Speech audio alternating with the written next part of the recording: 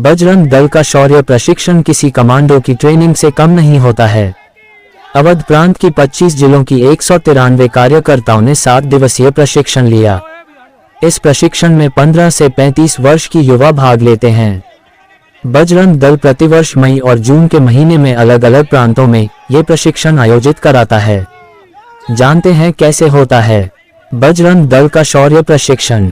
शौर्य प्रशिक्षण में बजरंग दल के कार्यकर्ताओं की अग्नि परीक्षा होती है। ये प्रशिक्षण मिलिट्री के कमांडो जैसा प्रशिक्षण इनको दिया जाता है। गोंडा जिले के सरस्वती विद्या मंदिर बड़गांव में बजरंग दल का 7 दिवसीय प्रशिक्षण संपन्न हो गया। 25 मई से यह प्रशिक्षण शुरू हुआ था। बजरंग दल प्रतिवर्ष मई जून के महीने में यह प्रशिक्षण आयोजित करता है। इस बार अवध प्रांत के 25 जनपदों के 193 युवाओं ने प्रशिक्षण लिया। बजरंग दल अवध प्रांत के संयोजक महेश तिवारी ने बताया कि यह हमारा नियमित कार्यक्रम है जिसे हम प्रत्येक वर्ष करते हैं। उन्होंने कहा कि बजरंग दल का शौर्य प्रशिक्षण में 15 वर्ष से 35 वर्ष तक के युवा भाग लेते हैं। ये प्रशिक्षण 7 दिवसीय होता है। इसमें हमारे कार्यक्रम के अनुसार युवाओं को प्रशिक्षण दिया जाता है। इस दौरान हमारे शिक्षकों द्वारा उन्हें योग, प्राणायाम, युद्ध, दंड युद्ध, लक्ष्यवेध, तमाम प्रकार के प्रशिक्षण, रस्सी पर चलना, आग में कूदना, आग के गोले के बीच से गुजारना, धनुष बाण सहित अन्य तमाम प्रकार की प्रशिक्षण कार्यकर्ताओं ने प्राप्त किया। बजरंग दल पर प्रतिबंध लगाने के सवाल पर उन्होंने कहा कि जब कोई अच्छा काम होता है तब कोई न कोई राक्षसी शक्तियां उसमें बाधा उत्पन्न करने का काम करती है, लेकिन उनको भी पता है और पूरे देश को पता है। हम हनुमान को अपना आराध्य मानते हैं।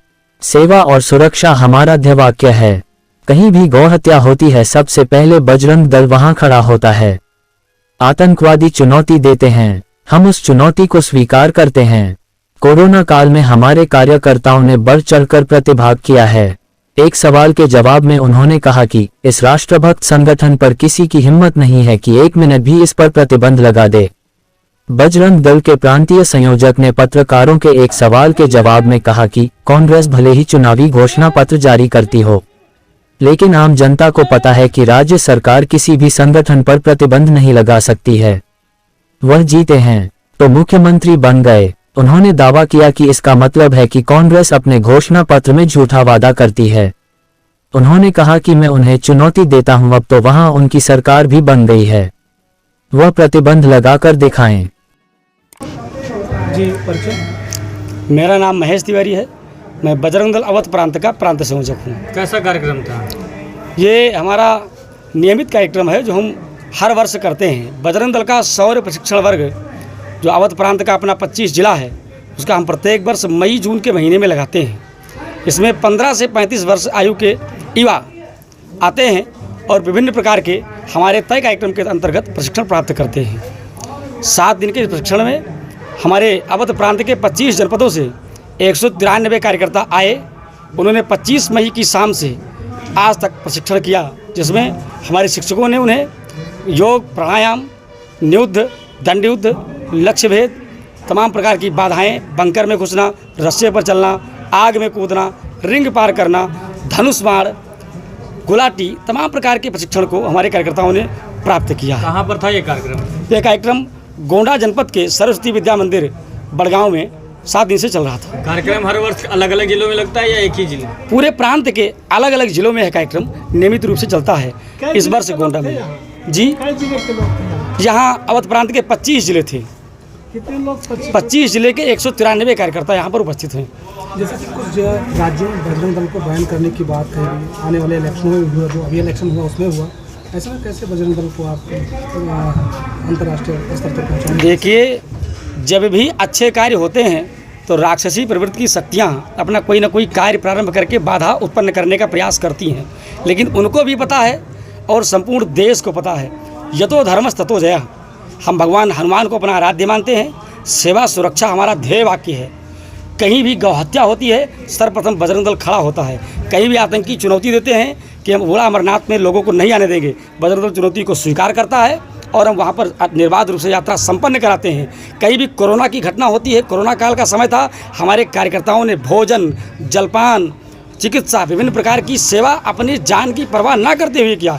इन कार्यों से आसुरी प्रवृत्ति की शक्तियों को परेशानी है, इसलिए वो विभिन्न प्रकार के अनर्गल प्रलाप कर रही हैं। हालांकि किसी में इतना साहस नहीं है, न किसी में इतनी सामर्थ्य है कि वो इस राष्ट्रभक्त संगठन पर, हनुमान जी के आदर्श को मानने वाले संगठन पर 1 मिनट के लिए भी प्रतिबंध लगा दें। जैसा कि मैनिफेस्टो भी जारी हुआ था कांग्रेस की तरफ से, उसमें बैन करने की बात की गई। यही तो मैं कहने का प्रयास कर रहा हूँ कि कांग्रेस पार्टी मैनिफेस्टो जारी करती है। सामान्य जनता को भी पता है कि राज्य सरकार किसी भी संगठन पर प्रतिबंध नहीं लगा सकती है। चुनाव वो राज्य सरकार का था, अगर वो जीते तो मुख्यमंत्री बने हैं, और मुख्यमंत्री से आसुरी प्रवृत्ति की शक्तियों को परेशानी है, इसलिए वो विभिन्न प्रकार के अनर्गल प्रलाप कर रही हैं। हालांकि किसी में इतना साहस नहीं है, न किसी में इतनी सामर्थ्य है कि वो इस राष्ट्रभक्त संगठन पर, हनुमान जी के आदर्श को मानने वाले संगठन पर 1 मिनट के लिए भी प्रतिबंध लगा दें। जैसा कि मैनिफेस्टो भी जारी हुआ था कांग्रेस की तरफ से, उसमें बैन करने की बात की गई। यही तो मैं कहने का प्रयास कर रहा हूँ कि कांग्रेस पार्टी मैनिफेस्टो जारी करती है। सामान्य जनता को भी पता है कि राज्य सरकार किसी भी संगठन पर प्रतिबंध नहीं लगा सकती है। चुनाव वो राज्य सरकार का था, अगर वो जीते तो मुख्यमंत्री बने हैं, और मुख्यमंत्री किसी भी संगठन पर प्रतिबंध नहीं लगा सकता, उसके लिए केंद्र है। तो इसका मतलब वो मैनिफेस्टो में लिखित रूप से भी झूठी बातें लिखते हैं। अगर उनमें साहस है तो मैं फिर ललकारता हूँ, मैं फिर चुनौती देता हूँ कि उनकी सरकार बन गई है और वो प्रतिबंध लगा करके दिखावें। आने वाले लोकसभा चुनाव में गाय का मुद्दा क्या भारी पड़ेगा 2024 में? देखिए, राजनीति से हम दूर रहते हैं, लेकिन गाय का मुद्दा चुनाव हो तो भी और ना हो तो भी, गाय हमारी माता हैं, और वो कहने के लिए नहीं, वो हमारी पूज्य हैं। उनका एक बूंद भी रक्त, चाहे चुनाव के पूर्व, चाहे चुनाव के समय, चाहे चुनाव के बाद, कोई भी बहाएगा तो हमारे कार्यकर्ता, हमारे बजरंगी साथी चुप नहीं बैठेंगे। कई गाँव रोड पे मर जाती है एक्सीडेंट में, लोगों को मार देते हैं, मर जाते, तो उस पर क्या सरकार कर रही है भाई? सरकार क्या कर रही है, इसका जवाब तो सरकार ही दे सकती है। लेकिन हमारे कार्यकर्ता उन घायल गौओं को अपने पैसे से, अपने जान को हथेली पर रख करके, तमाम प्रकार के संसाधनों को पास ना रखते हुए भी उनकी सेवा करते हैं, उनकी जान बचाते हैं, उनको भर्ती कराते हैं, उनका इलाज कराते हैं। तो सरकारी कार्य का उत्तर तो हम नहीं दे सकते हैं, लेकिन हम गौ भक्त हैं और हम गौ माता की रक्षा के लिए हर कदम उठाएंगे। ठीक, थैंक यू।